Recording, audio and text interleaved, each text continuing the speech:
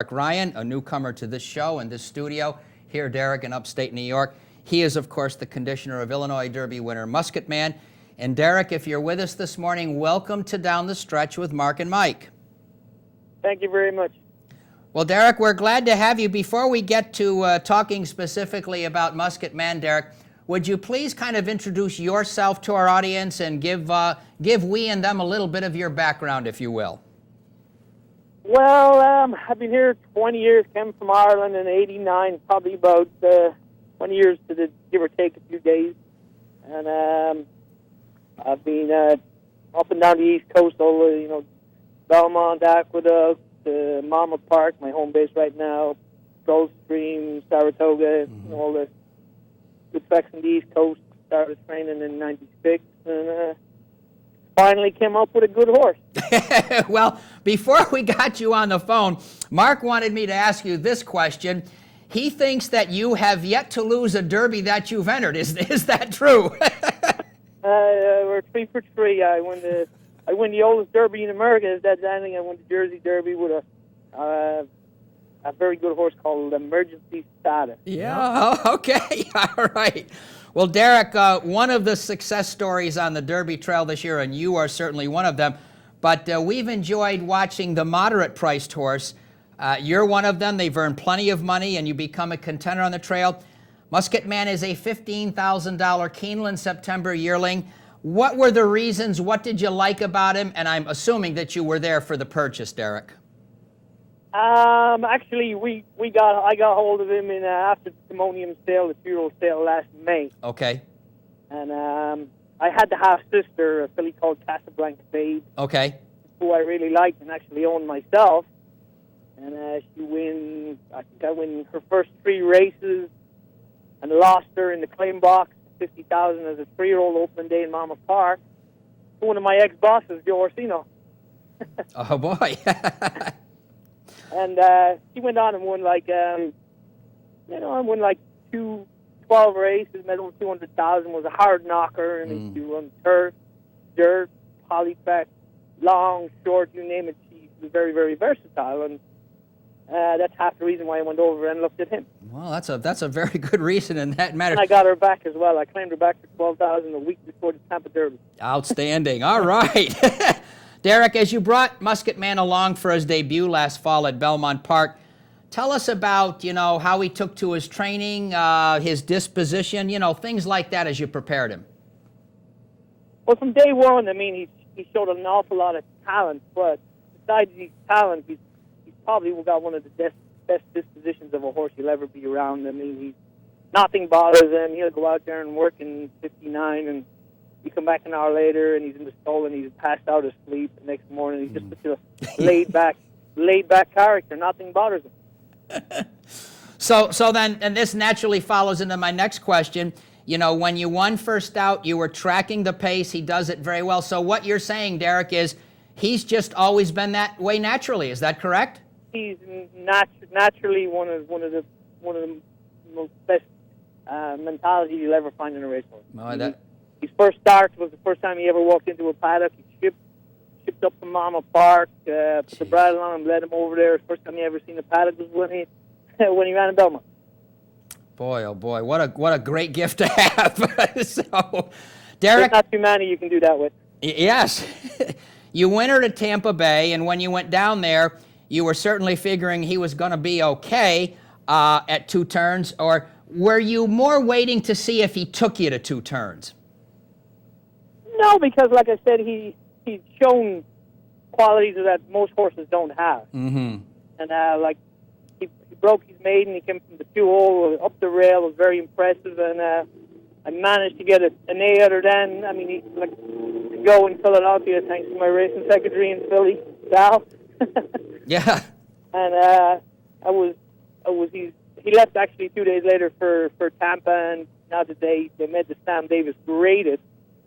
I had picked out the Pasco, which he won, the Sam Davis, and then the Tampa Derby and Illinois Derby. There was, if we were still good enough.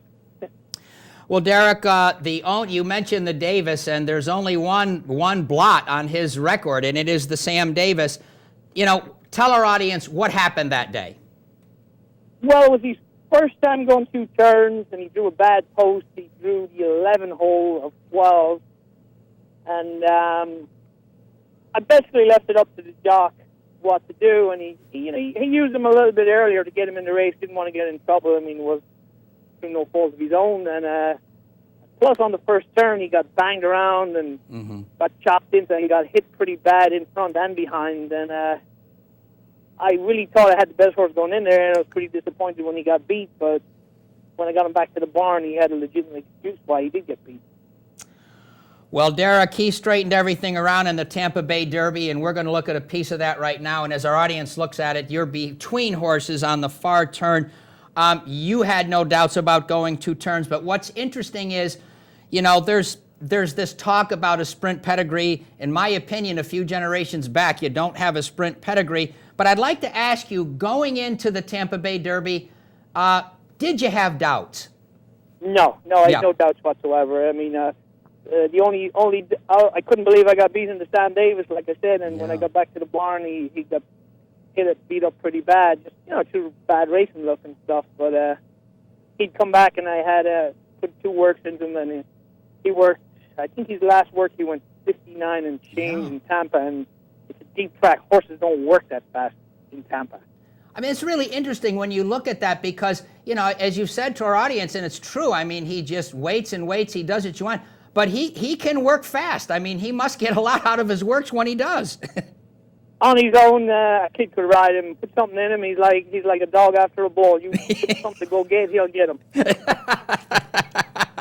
But the key to him is you gotta time your run to perfect, pretty much to perfection. And he got in a little trouble in the turn and in the Tampa Derby. And I had instructed Daniel Centino, just don't move too soon till you hit the stretch. I said he'll give you an 1/8 of a mile kick like you can't believe. Yeah. He did. He kicked in that horse down pretty good. Well, Derek, Ibar Koa was up for the first time in the Illinois Derby. We're going to take a look at a piece of that as well. And he had ridden General Quarters in the Tampa Bay Derby. So first, tell our audience how did you get Ibar for this race? And we understand he's going to stay with you. Yeah, Ibar and the owner, and they had a pretty good working relationship. And he rode most of these horses in New York last year. He rode Big Truck to win the Tampa Derby, and he's one of the premier riders in the country. And actually, I had a lot of luck with him as well. I think in 2007, I think he rode 8 horses for me in New York and win 6. And win my first race in Saratoga and paid $68. Mm-hmm. Thank you very much. We got a nice score on that one. Yes. And finally, Derek, and again for our audience, we're really pleased to have you this morning. One final question. We understand that you worked this morning and won 13 and 2. How did everything go? Was it what you were looking for? Just what the doctor ordered. Ibar showed up this morning. He worked. He couldn't have worked any better, and he came out of his work in super form. He's standing in the store right now. I'm just going to throw him his speed.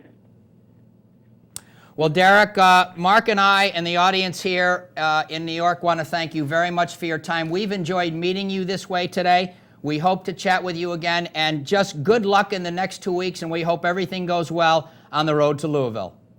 No problem. Thank you very much, and thank you for having me on. Okay, you're very welcome. Ladies and gentlemen, Derek Ryan, who has brought Musket Man along to have lost only 1 race, and you just heard him said, I didn't think I was even going to lose that one. So well done, Derek.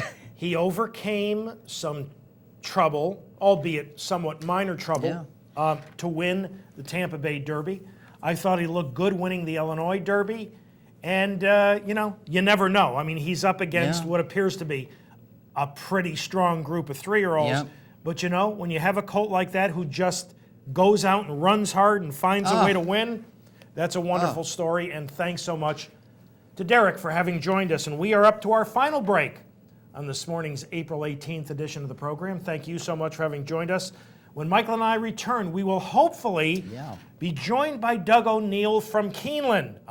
We've been working hard to reach Doug this morning, who will saddle Square Eddie later this afternoon in Lexington.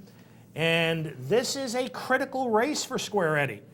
Not because of graded stakes earnings, he's got plenty of that,